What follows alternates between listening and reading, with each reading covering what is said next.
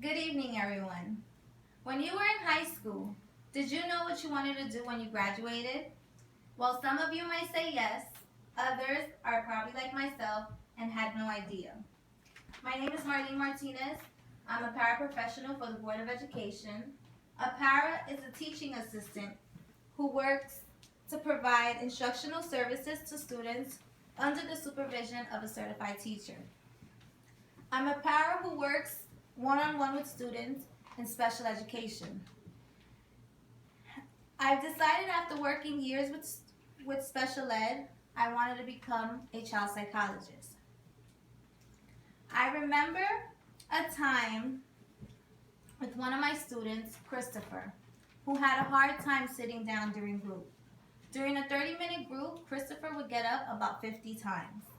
The teacher would always ask him to sit back down. However, Christopher would rather play with his pegs than be with the group. I thought to myself, this strategy isn't working. Why don't I follow his lead? And I did just that. Christopher stood up, I followed him, sat with him, and played pegs with him. I redirected him back to group. Did this strategy work? No. Christopher got back up and went on to play with his pegs.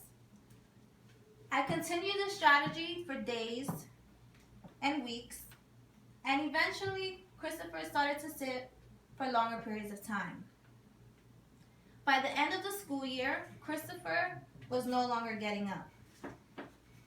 Then there was a note that I received from a parent that read, "Miss Martinez, I just wanted to thank you. You have such a special way with my son. You've made life so much easier for our family."